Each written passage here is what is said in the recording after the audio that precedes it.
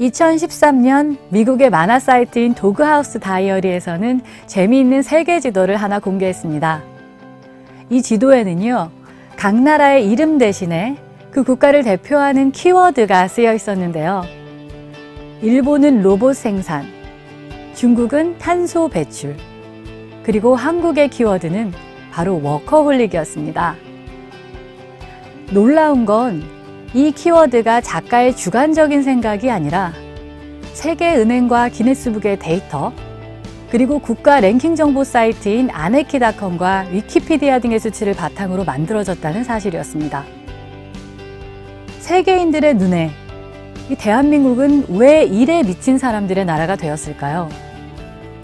대체 대한민국의 워라밸은 지금 어디에 있고 또 앞으로 어디로 나가야 할까요?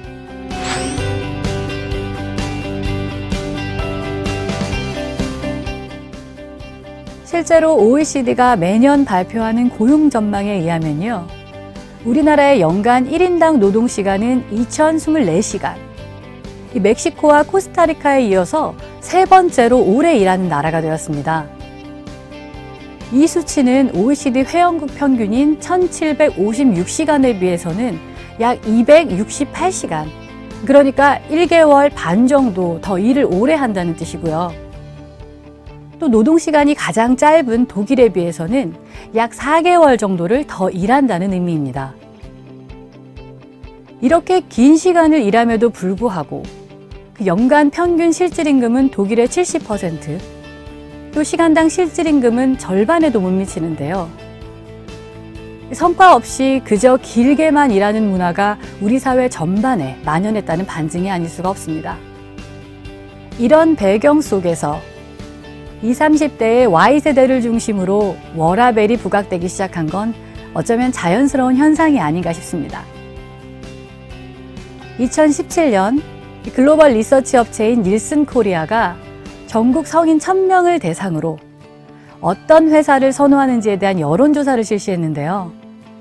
놀랍게도 전체 응답자의 4분의 3에 해당하는 75.5%가 연봉이 높은 회사보다는 워라밸이 가능한 회사를 선택하겠다고 답했습니다. 2016년에도 취업 포털 사이트인 사람인에서 구직자 400명을 대상으로 설문조사를 했습니다. 질문은 입사를 희망하는 기업의 연봉과 야근 조건이었는데요. 이때도 응답자의 절반을 넘는 65.5%가 연봉이 중간이면서 야근이 적은 기업을 선택했습니다. 그 다음으로는 선호하는 조건이 연봉이 낮지만 야근이 없는 기업이었고요. 야근이 잦지만 연봉이 높은 회사를 선호한다는 구직자는 단 11.8%밖에 되지 않았습니다. 이처럼 구직을 원하는 젊은 세대들을 중심으로 국내에서도 해외 못지않게 워라밸에 대한 기대치가 계속적으로 높아지고 있습니다.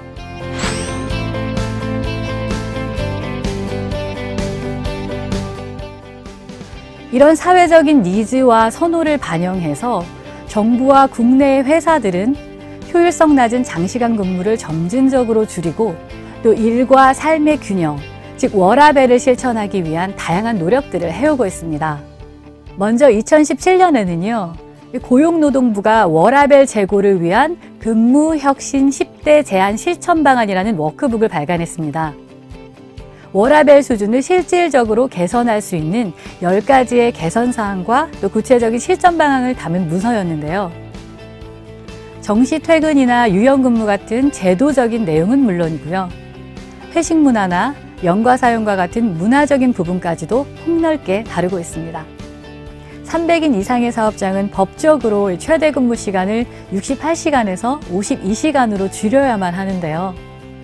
대기업부터 순차적으로 생산성이 낮은 야근과 비효율적인 장시간 근로를 제한하려는 사회적인 아주 적극적인 노력이 시작됐다고 볼 수 있습니다. 여전히 제조업의 시간 중심 관리를 전제하고 있다는 점이 좀 아쉽기는 하지만요. 열심히 늦게까지 일하는 게 미덕으로 여겨졌던 우리나라에서 국가가 정책적으로 이를 규제한다는 사실은 실질적인 효용만큼이나 사회적인 의미도 크다고 할 수 있습니다. 이렇게 정부를 주축으로 워라밸의 중요성이 강조되면서 산업군을 막론하고 업무 시간을 줄이기 위한 시도들이 시작됐습니다. 퇴근 시간이 가까워지면 방송을 통해 정시 퇴근을 유도한다거나 LG전자처럼 특정 시간 이후에는 사무실에 불이 꺼지고 또 인트라넷도 접속할 수 없도록 하는 경우도 있습니다. 한편 하나케미칼이나 SK그룹처럼 초과한 근무 시간만큼 쉴 수 있는 유연근무제나 자율출퇴근제를 도입하는 기업들도 많고요. 시간적으로 업무를 제한하기 힘든 몇몇 연구개발직에 대해서는 실리콘밸리처럼 일하는 시간과 장소를 전적으로 직원들이 선택하는 재량근무제를 도입하기도 합니다. 사람이 기업의 가장 중요한 자산인 서비스나 연구개발 기업들은 보다 적극적으로 직원들의 워라밸을 지원하고 있는데요. 수평적인 조직 문화를 통해서 조직 내 워라밸을 이루고자 하는 카카오의 경우에는요, CEO부터 신입 직원에 이르기까지 모든 직원이 위계가 드러나지 않는 영어 이름을 사용해서 한국 조직 특유의 위계적인 분위기를 희석시키고자 노력하고 있습니다. 또 사무가구 분야에서 부동의 1위를 차지하고 있는 퍼시스는요, 사무가구 기업답게 업무 공간의 변화를 통해서 직원들의 소통과 협업을 끌어올리고 있는데요.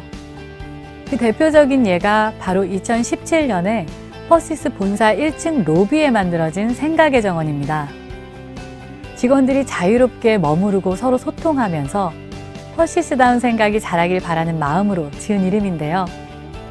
이 공간은 외부인들도 자유롭게 출입할 수 있도록 작은 미팅 공간과 오픈 업무 공간으로 구성되어 있습니다. 물론 이런 제도들이 모두 하루아침에 대한민국의 워라밸의 수준을 높일 수 있는 건 아닐 겁니다. 법과 제도가 바뀌었다고 해서 해야 할 일이 단시간에 줄어드는 건 아니니까요. 하지만 이런 의식적이고 조직적인 차원의 시도들은 적어도 사무실에 오래 앉아 있는 게 일을 열심히 하는 건 아니라는 메시지를 전달하기에는 충분한 것 같습니다.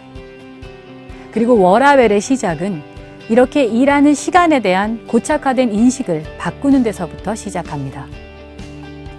다국적 투자은행인 골드만삭스의 신임 CEO 데이비드 솔로몬은요, 더 뉴요커와의 인터뷰에서 이런 말을 남겼습니다. 기술의 발전은 곧 우리가 24시간 연중무휴로 일할 수 있음을 의미한다. 모든 사람들이 즉시 충족되고 연결되길 바라며 기존의 경계가 사라진다. 이 말은 역설적으로 언제나 일할 수 있기 때문에 시간을 기반으로 업무를 관리하는 게 의미가 없어졌음을 암시합니다. 즉, 일하는 시간이 생산성을 담보하는 시대가 이미 끝났다는 것이죠. 워라밸은 단순히 일찍 퇴근하는 것만으로는 이뤄지지 않습니다. 법적인 규제와 회사의 제도 때문에 일찍 퇴근을 했다고 하더라도 스마트폰으로 계속 회사 메일을 확인하고 또 메신저로 팀원들에게 업무 메시지를 보낸다면 그건 워라밸과는 거리가 먼 이야기일 테니까요. 오늘 해야 할 일은 근무 시간 안에 집중해서 끝낸다는 생각. 퇴근 시간이 되면 집으로 돌아가서 가족과 저녁 식사를 하는 게 당연하다는 생각. 퇴근 시간을 넘어서는 업무가 며칠째 지속된다면 업무 방식이나 업무량 배분에 개선이 필요하다는 인식의 전환이 있어야 대한민국을 진정한 일과 삶의 균형으로 이끌 수 있을 것입니다.